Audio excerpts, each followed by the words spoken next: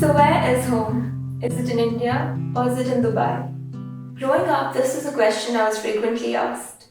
Soon enough, I realized that this was something asked to all expats who'd been living outside the country. As a child, I didn't think about it much. I answered diplomatically saying India was where I went for vacations, whereas Dubai was where my school and friends were. And there was a lot of truth to the answer as well. As a child, it did not matter to me whether my home was here in Dubai or in India. I just wanted to be happy. But growing up, when people started to ask, where's your home, where are you from, when I went to university, when friends asked, I did not really feel like I belonged to India, but I wasn't really from Dubai either. So there was this unsettling feeling all throughout, and I didn't know how to answer this question. So when the opportunity came to make this documentary and to go about asking the question that I had been asking myself for so many years, I thought, why not but ask others who've been in similar situation, who've been living in Dubai for so long, and answer that question through them. See if I can find some resonance in knowing that we're all in the same boat. I set out on a personal quest to interview 12 expat ladies who've been living in Dubai for more than 15 years. I asked them what got them to this place in the first place, what made them stay, and more importantly, if after all the years of living here, they had an answer to where is home. I've been in Dubai for over 15 years now, and it's been quite a journey. I'm from India, from Bombay, and I came when I was 25, when I just started working, and I pretty much got fed up of working in Bombay because the travel, the grind, the long hours really got to me. Plus my parents moved to another city, so I was living alone in Bombay. I came to Dubai on a holiday to meet a friend, and I came on a 2-week holiday, and my friend said, hey, why don't you look for a job here? And I said, how am I going to get a job? So I sent my CV out to just 2 places, to PR agencies. I'm a PR professional, and I got a call for an interview in one of the PR agencies. So I went there. I had no clothes, I had no interview clothes because I came for a holiday. So I went in jeans and a t-shirt and an oversized jacket that I got for my friend because he's much bigger than I am. And I went for the interview.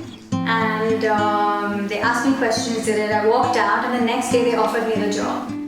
So it was a bit crazy. I called my parents, I spoke to my mom, and I told my mom, I've got a job. And she's like, a job? And I said, yeah. And I said, I think I want to try Dubai. And she said, fine, it's your life, go ahead. And that was really the start of my journey in Dubai. Love brought me to Dubai actually. Fell in love with somebody that's living here, and I decided just to follow my heart basically. So that's why we moved here. Because I have a daughter. She's 16, so it's not always easy to drag a 16, but we moved here. I quit everything I had, literally. I quit my job, I left my friends behind, I sold my house. I came with nothing but love and hope, and I decided to start from scratch. That was the whole story pretty much. So I was raised in Dubai. I was born in Delhi. I was 3 months old when I came here, and I've been here ever since. Dubai feels like home to me. So we came as a family, we stayed on the creek, which was the only area that was developed at the time, at a hotel called the Intercontinental, which sadly does not exist anymore. And we thought we had really arrived, and it was an incredibly exciting, glitzy experience until we started exploring and realized we weren't really shoppers. So at that time, we went to the mall. There was only Al Ghurair Mall. And we went up and down it for 4 days, and by the end of it, we'd kind of wrapped up our experience pretty effectively. I was actually born on a ship in the middle of the Arabian Sea. Now, it's quite funny, I was born premature, so 2 months before my time. When I was born premature, I was actually put into an incubator on the ship. Believe it or not, they even had an incubator, which is very surprising, back in the days. So yes, I was not just a survivor, I am a thriver. So alhamdulillah, it's been an interesting journey from there on from the ship, so that which makes me a global citizen. We actually were going back to Kuwait. So I grew up in Kuwait and we were there about 17 years. I did all my schooling there. And then when the Iraqi invasion happened, we moved to the UK.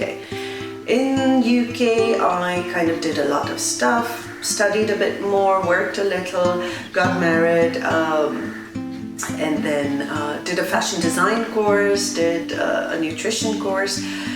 Did a lot, experimented, got married, had my child, and then when my son was actually 4 years old is when I unilaterally made the decision to move to Dubai. We came, my husband was transferred with his company.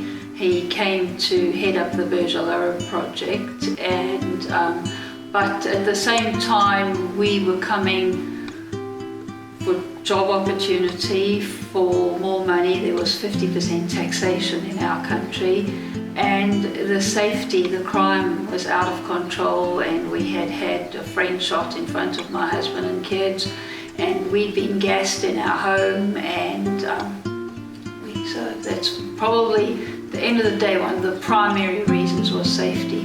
So when I moved to Dubai, I had my sister working in Dubai at the time. So I had some family to live with and around, which was great. It was much more difficult than I had thought it would be moving to Dubai. It's quite difficult moving into a Muslim culture for the first time.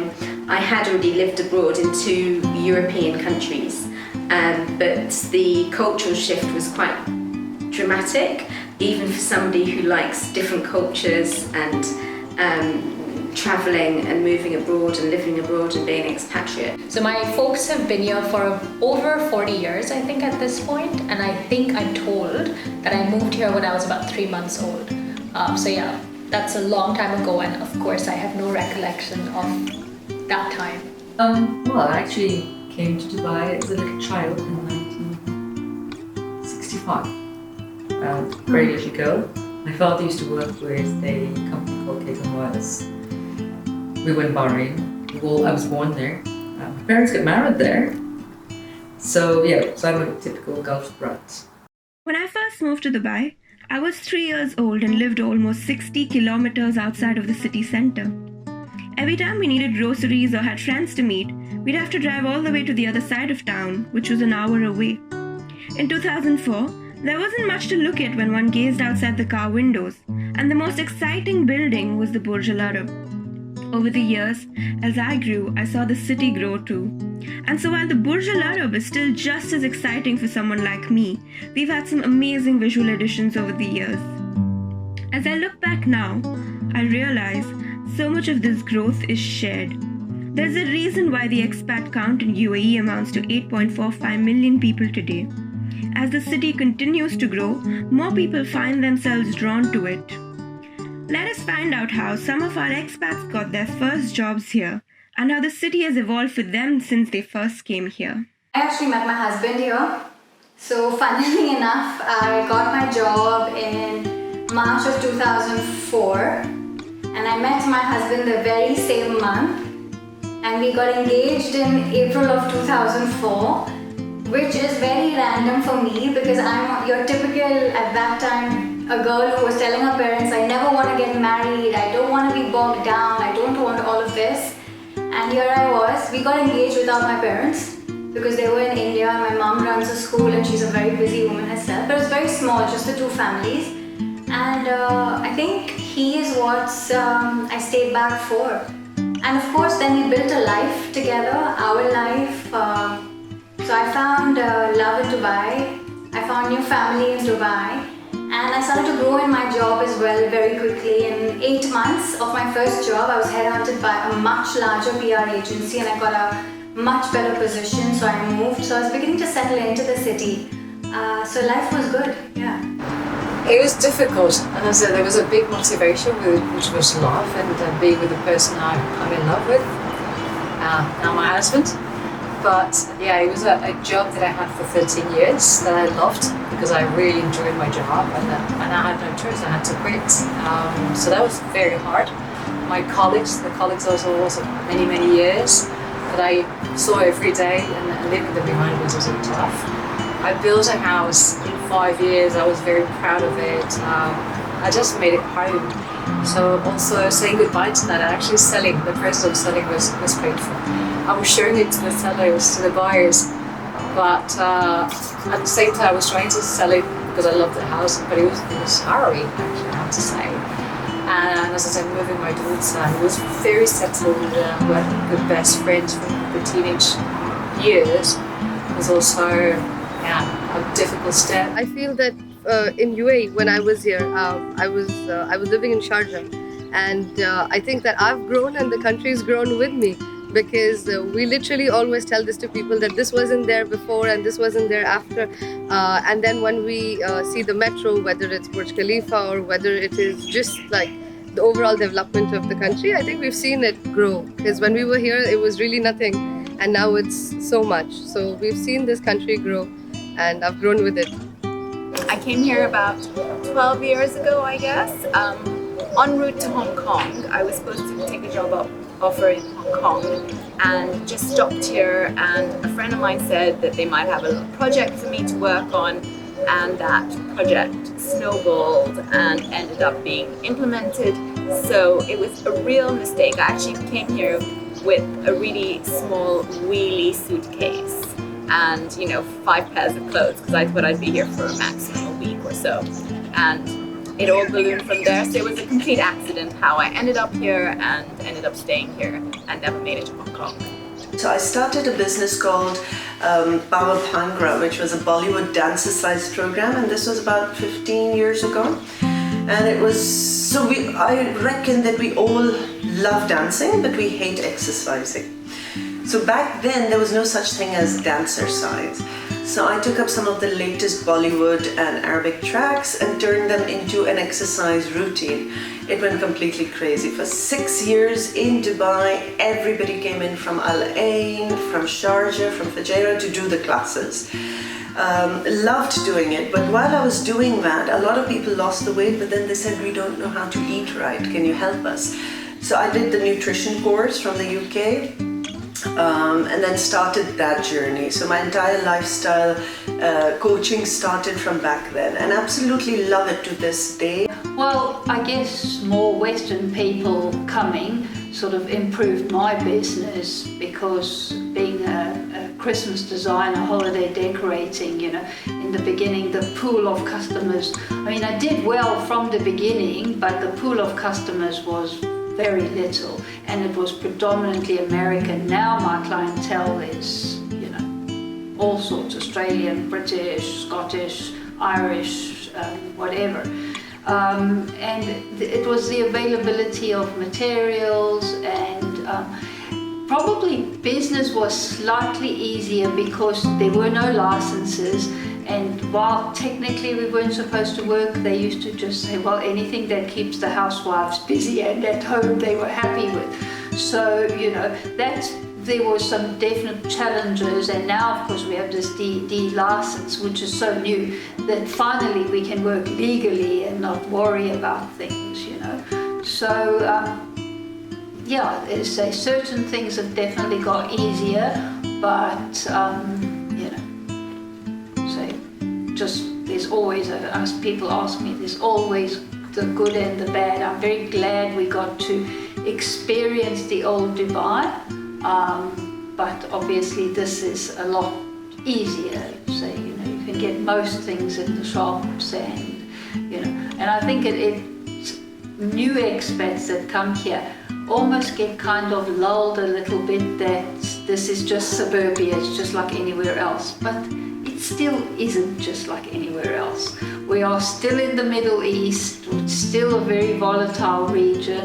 You still have to be culturally aware, but you know, we've all seen, you go in the malls and you see how some of the people dress in the malls, and even me I'm a Western expat, I get offended when I see what some of the people wear in the malls.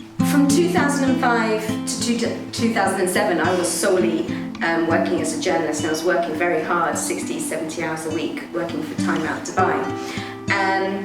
And after a couple of years working for that brand, I began working less hours, and it was at that time my DJing really started taking off. I was already DJing, but I began DJing more, so it was easier to balance.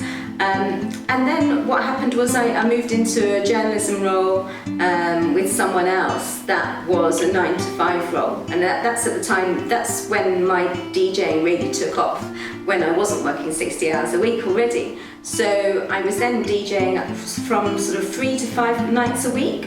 So I was I had 3 nights a week of residencies, and then I was doing private weddings and private gigs as well.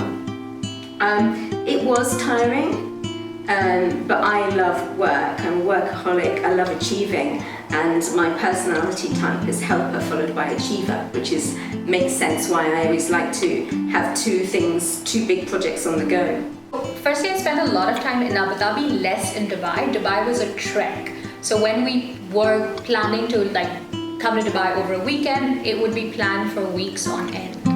And we'd have 2 cars, and we'd leave at 7 in the morning. The 2 cars would be following each other, and then we'd make these stops along the road to kind of check in, because there were no cell phones and things at that time.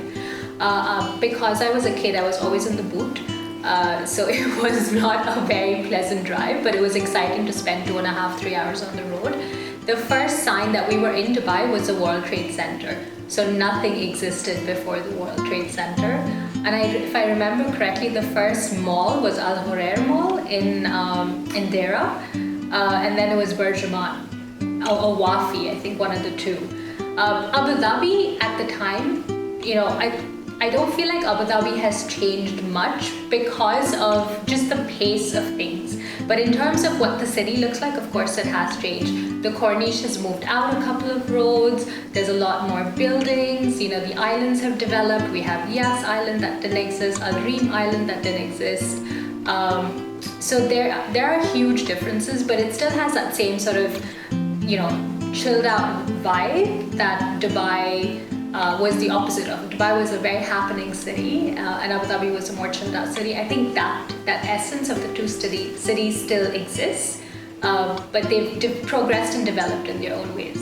Well, it wasn't all lucky and easy. I struggled quite a bit. I mean, coming in at 25, knowing nothing about a city or a country wasn't easy. I remember, back home I came from this really lovely big apartment with a lot of support, and you have a car and you have a driver. When I came here and I was living in Meena Bazaar in a sharing studio with a really small bathroom, with a kitchen, with a stove. It was tough. So I struggled. I used to take a bus from Meena Bazaar to Media City. But I think I also wanted to prove to myself that I can do it.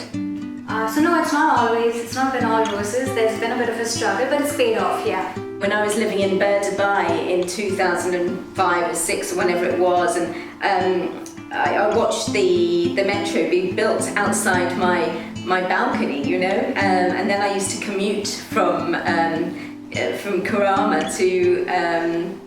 to Media City by metro, so that was exciting. And in my marina flat, the tram was being built outside my door. When I moved in, there was no tram, and by the time I left that building, there was a tram as well.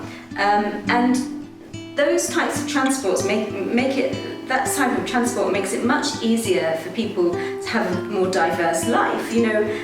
When I was in my first job in journalism out here, not earning very much money, I couldn't afford to get taxis everywhere. I didn't know how to drive. I didn't have a car. Probably couldn't afford one even if I had one. So my life was quite limited to going to work and finishing work. and around my home area.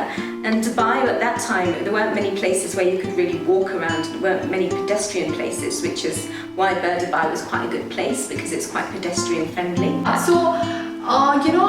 Because my father was, he came very early in the 70s, so all the Indian community wanted to be together. So they never wanted to, so even if they had like, co-workers or the boss, they all wanted to stay all together. So initially he stayed in Dera, where it was the hub, for business. And then we moved to Meena Bazaar, the central of Meena Bazaar. It was like, and I stayed there for almost 16 years, of my this thing. And that's when, and everybody was, again, all the neighbors were all Indians, and we had a lot of, we knew the neighbors very well. We used to be in their houses. Like my mother wants to go somewhere for work, she'll tell me, okay, stay with this neighbor. Obviously they never left the children alone. And that's when, all the Indians were all based in Meena Bazaar. It was not that crowded before, it was not like this, what you see it now, And it was a hub, right? Everything you get, you have all the Indian stuff, the spices you get, the main material like the dal chawal and everything, you get it there. So why to move anywhere else? Much before the recent pandemic came the 2008 financial recession. It was a grim period for many expats and even myself personally. I lost many friends overnight. Held many business owners who had worked very hard over the years lost their businesses and co-workers overnight. Nobody had the time to say goodbye, and most people left their belongings and years of memories behind. These weren't the best of times, and while I did not really understand much of it back then, the recent world crisis surely has done its job. It's a harsh reality that all expats are aware of, and yet it continues to remain one of the worst parts of being an expat, the uncertainty of it. So how do most of us deal with it, knowing we could be left behind at any moment? What then helps us keep going?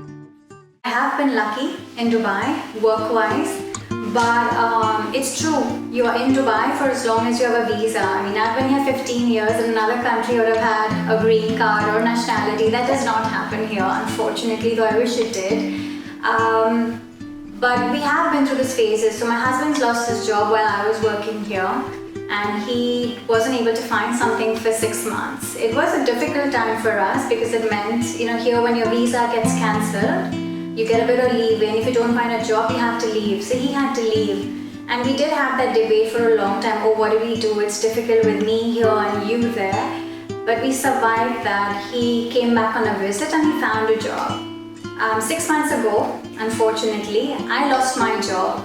So times are tough. Again, as most people know, 2019 has been a challenging year, not just in UAE, in the US, Europe, pretty much around the world.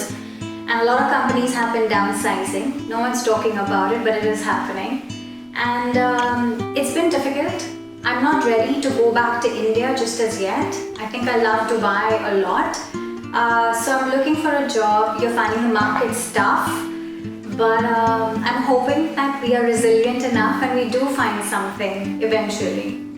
So we've seen Dubai going through a lot of uncertainties itself. Like politically also, you have this Gulf War, you have business going down. So I've always lived with this actually from childhood itself. I remember my father.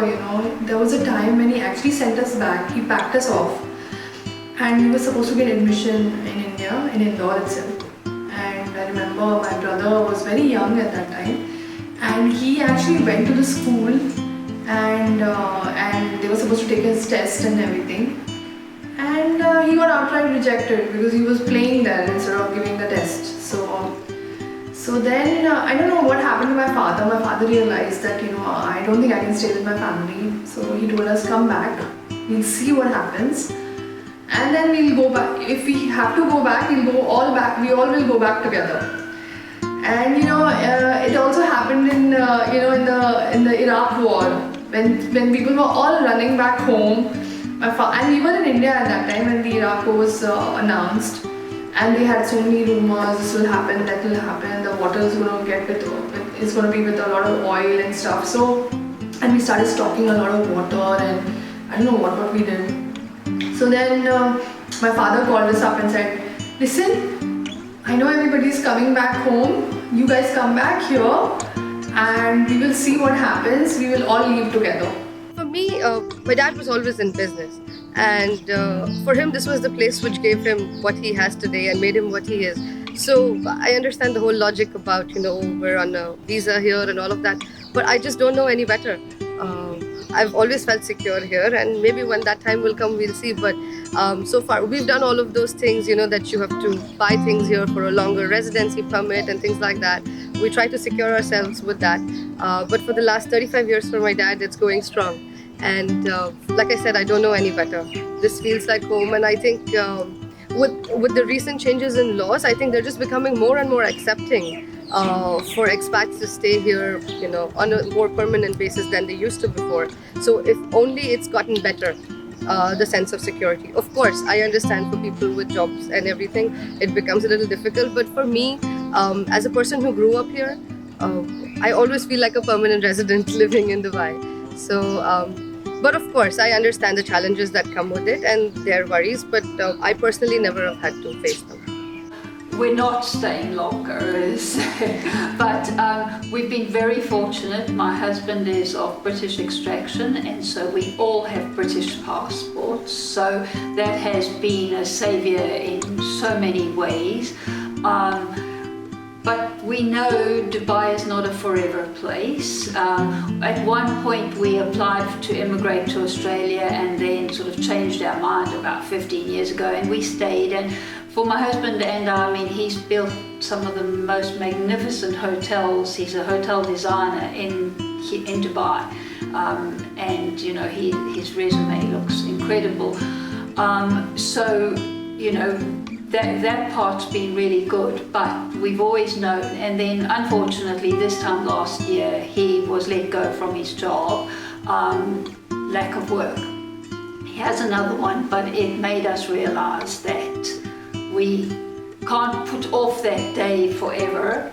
I think the instability is there for absolutely everyone. This is an expensive city. I'm lucky because I have a British passport, so I don't have to leave immediately. I can come back as a tourist to look for jobs, and I do have a little bit of leeway with that. But the fact of the matter is, you do need a visa, you do need health insurance, and everything is linked to your visa. From your housing contracts to like my baby's child insurance.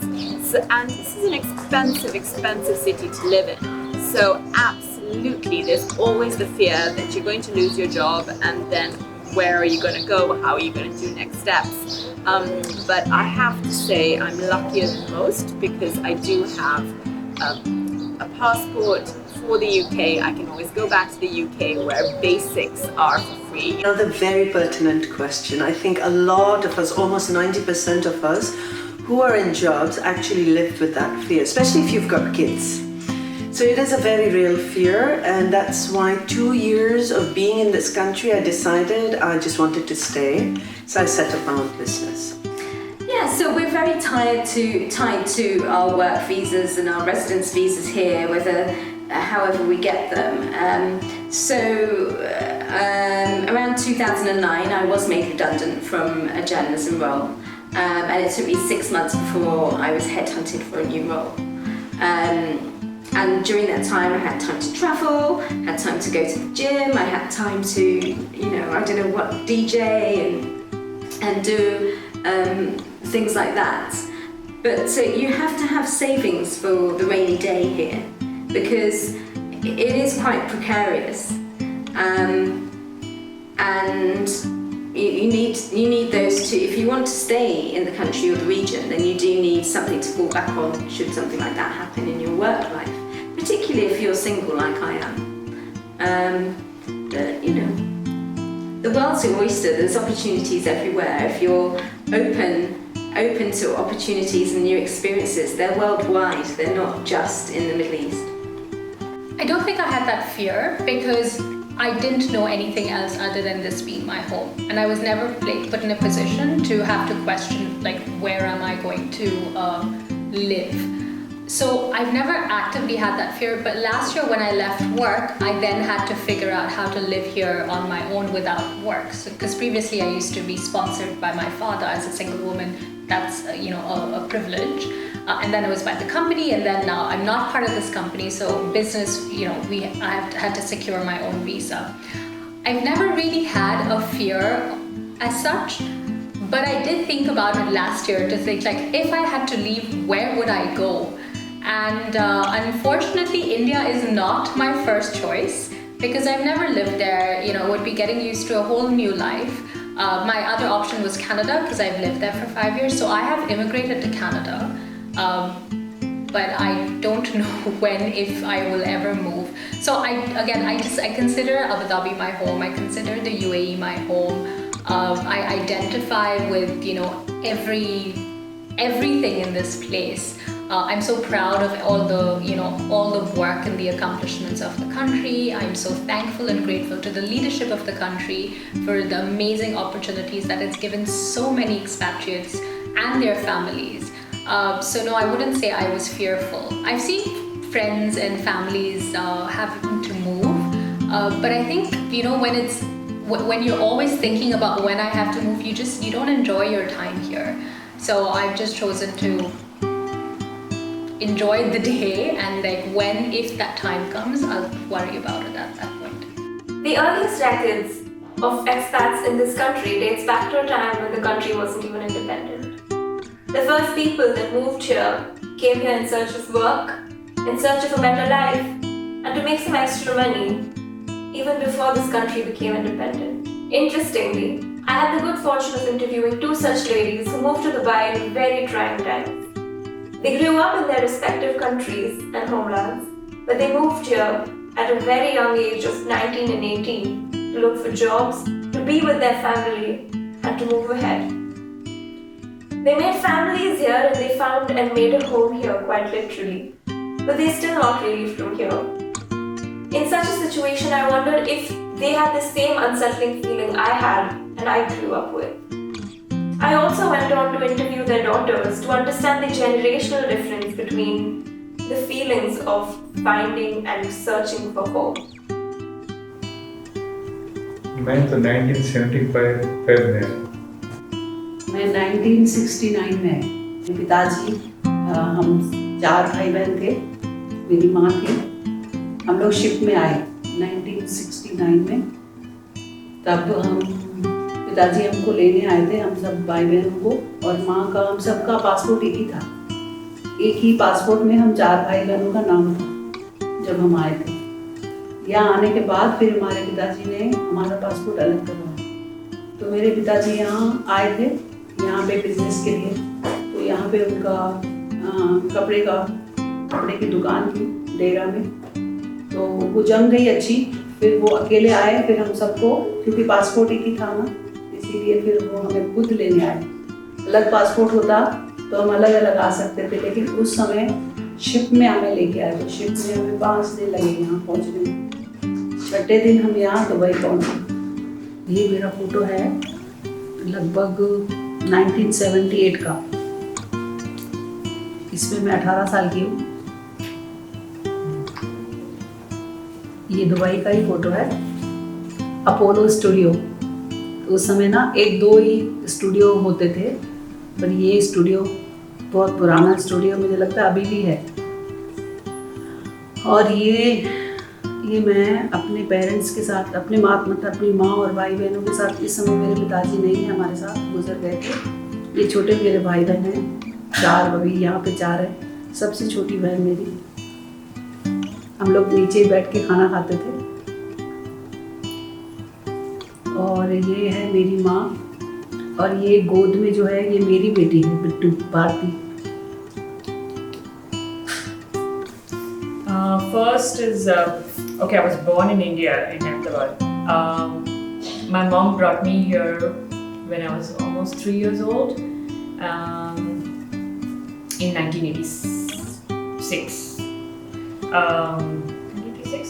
No, 1985. I came here in 1985. So I had a culture shock in my own country when I went in 2000. I mean, though it was India, I was born in India, but I was born in a different state and I went in a different state to study. People are really looked upon as aliens when they come from different part of the world. In India, how much ever you look Indian and you speak Hindi, that is not enough. You are looked upon as an alien. Even my normal regular English was considered an English with an accent. My Hindi was considered Hindi with an accent. So I was in Singapore for 8.5 years. It was that was another story, like learning about Asia and different cultures of Asia. Now when I've come back again, now I'm looked upon. I'm again trying to fit in. It's been only 6 months since I came back, and I'm still trying to get in touch with my old friends and all. I'm sure they're thinking like I'm another person altogether now. Which I'm not, I'm just an enhanced person, like enhanced version of myself.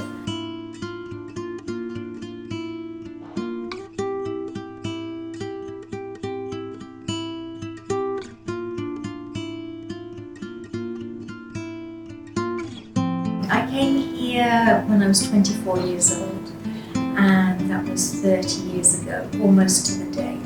I had a job, I was hired to fly for Emirates Airlines. I was cabin crew, and they were a very new airline at the time. They only had a few aircraft. And I was interviewed in the UK. I didn't know anything about the UAE. It wasn't my field. I just decided to go off and do something exciting. And Emirates brought us out here. They put us up in the old World Trade Center apartments and trained us. And within 6 weeks I was flying. I only worked for them for about a year and a half. And I met my husband here. And back in those days, you weren't allowed to be married if you worked for the airline. Nowadays, you can be, but it was against their policy. So I left them. I was born here, so 1996. My mum and dad had been here for a few years, maybe 5 years, yeah. They're from Scotland and Egypt. So my mum's Scottish, my dad's Egyptian. So I'm half-half, and I was born in Al Wasl Hospital. I think that was the only hospital at the time. But yeah, 1996. I never thought about it, honestly, until I think I went to university. I didn't know any different. So people would, or maybe in the summers, like if I went back to visit my grandparents and we'd play with like the kids and the neighbours and stuff, and they'd say, oh wow, what's Dubai like? I'm like, it's all I know. So I didn't know really how to compare it. It was normal, I guess. I just thought we had a lot more sun. People would always say like, where are you from? And I'd say Scotland and Egypt. And they'd say, you don't sound Scottish. I said, well, I grew up in Dubai. So they're like, so you're from Dubai? But I don't think I'm from Dubai. In my head, you're from where your parents are from, like my blood isn't Emirati, I am Scottish and Egyptian, so yeah, in the sense that I feel Dubai's where I live and where I grew up. It's home, but it's not where I'm from. I don't know if that makes sense. It just seemed normal to go back. It would, when you had a holiday, you'd go see your family. So it was like, it just tied in like that. This feeling of not really knowing where home is, it's puzzled me for a long time. After all, we grow up learning constructs and structures in society, and anything that doesn't fit into this feels alien, somehow making you feel like you're the odd one out. When I set out to make this documentary, little did I know that I would find a community out there that has lived with the same shared experiences for years. When Ruth Hill concluded her studies on third culture kids, she said TCKs have an identity that is rooted in people rather than places. I think I relate to that. For now, and hopefully for a long time to come, my people are my home. Where is your home?